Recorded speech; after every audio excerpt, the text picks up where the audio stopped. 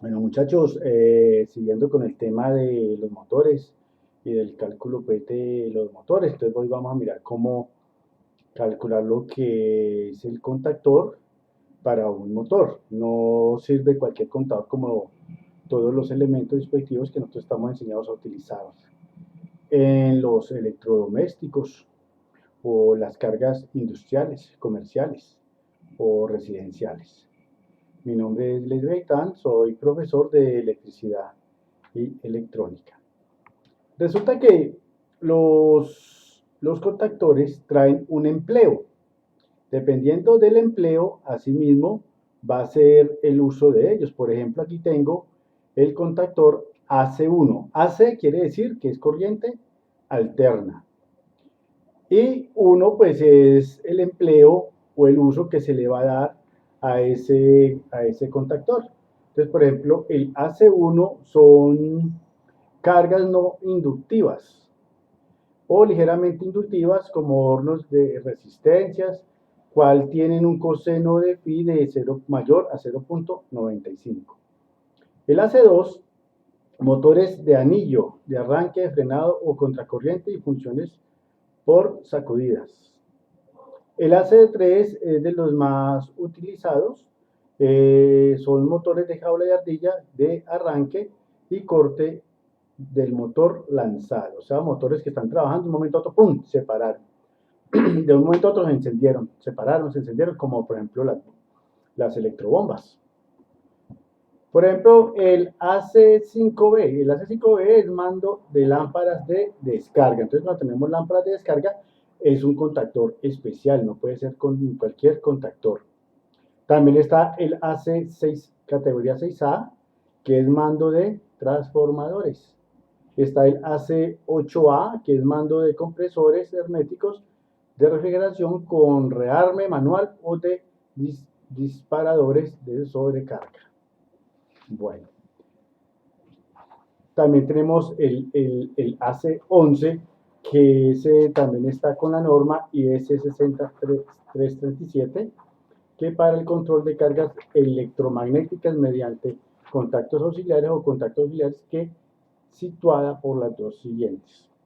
O sea, esa se divide en dos para electroimanes y cuando la potencia absorbida es superior a 72 voltio amperios.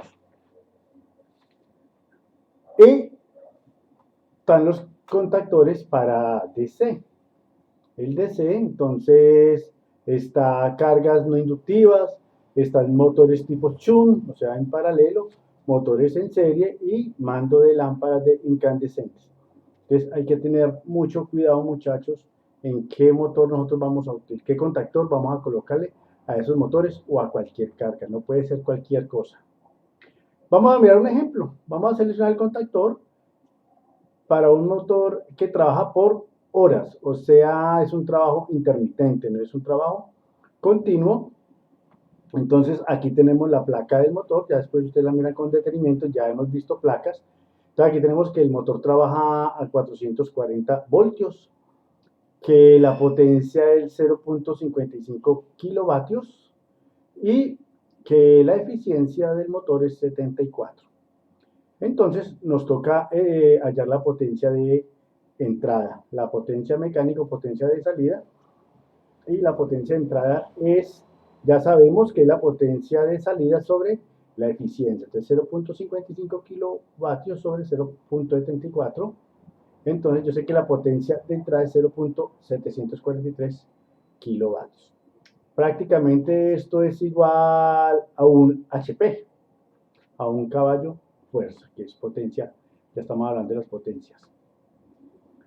Como este señor, como este señor acá lo tengo, que él es la potencia tras 0.743 kilovatios y va a trabajar a 440 voltios, pero como el trabajo es intermitente, entonces él le corresponde un contactor categoría AC3, o el modo de empleo del contactor es AC3, que es relativo a los motores de jaula cuyo corte se realiza con el motor lanzado. ¿Qué quiere decir? Que él está funcionando y ¡pum!, se paró.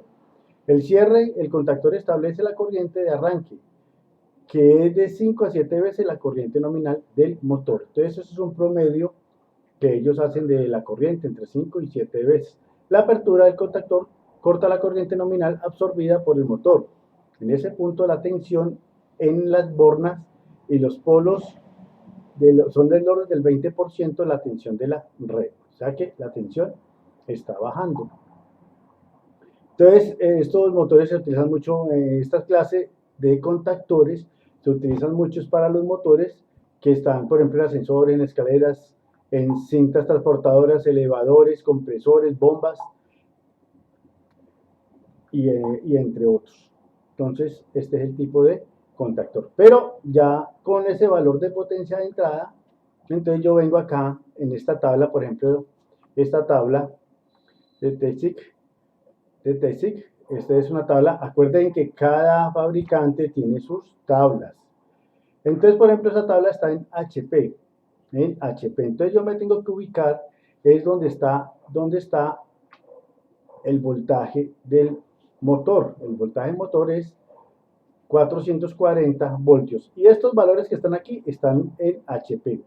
Entonces, más o menos a nosotros nos dio un HP. Entonces, lo máximo que tiene este señor a 440 es este motor de 3 HP. Entonces, si yo me voy a ir por esta línea, cojo este contactor de 3 HP, quiere decir que es un contactor de 6 amperios. Contactor de 6 amperios que vale 106.000 pesos. 106.000, y mire, aquí que me está diciendo aquí arriba, la clase A3, mira, la clase. ¿Sí?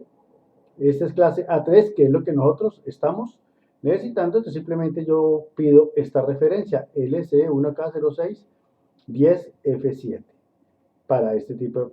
Aquí tengo otra tabla, ¿sí?, de contactores.